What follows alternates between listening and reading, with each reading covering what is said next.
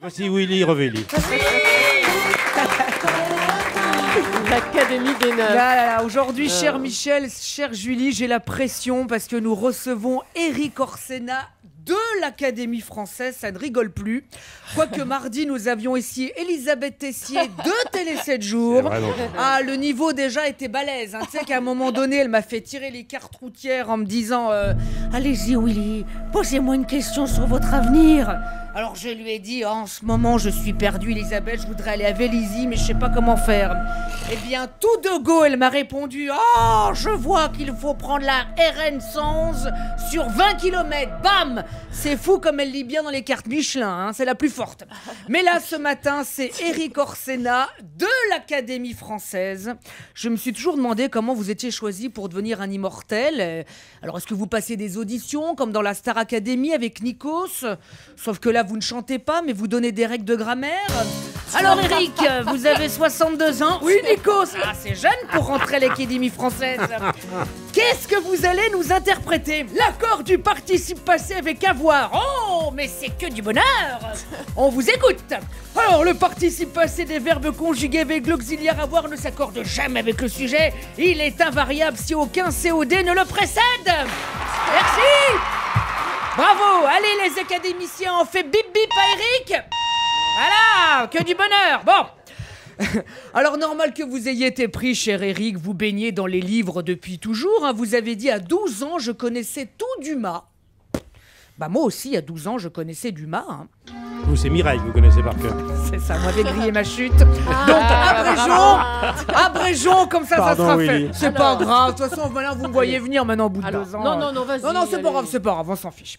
Je fais la suite et puis vous me dites avant ce que je vais dire.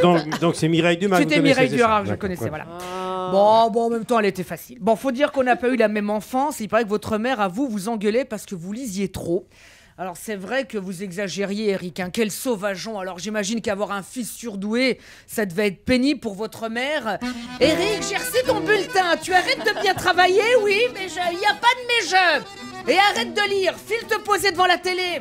Ah bah je veux bien, mais ça n'existe pas encore. Bon bah, Oui, c'est ça, file l'affaire. traîner dans les halls d'HLM. Ah bah je veux bien, mais ça n'existe pas encore. Ah merde. Bon bah va braquer des supermarchés. Je veux bien, mais ça n'existe pas encore. Ah tu m'énerves. Fils indigne, va espèce d'insolent. Non mais c'est pas de votre faute. C'est vrai qu'en plus être une racaille dans les années 50, enfin ça devait pas être évident. Hein. Tiens, regarde, j'ai volé un 78 tours d'Eddie Constantine. Cigarette, whisky et petite pépé. Oh, ça perd l'hypopète. Et moi je vends une place au noir pour aller voir Yvette Giraud. 1 franc. 1 franc, fichtre, tu es roublard. Ouh. Oui mon cher Eric, vous êtes passionné donc par la langue française.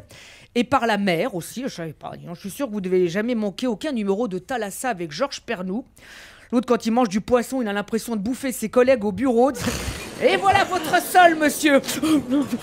Ça ne vous plaît pas? Si, je lui disais juste un dernier au revoir. Allez, adieu, petite Sol, je ne t'oublierai jamais.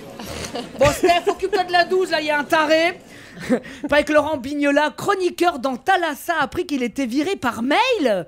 Donc, ça aurait pu être pire. Hein. Oh, une bouteille à la mer. Tu es viré, Laurent. Ah merde. Bon.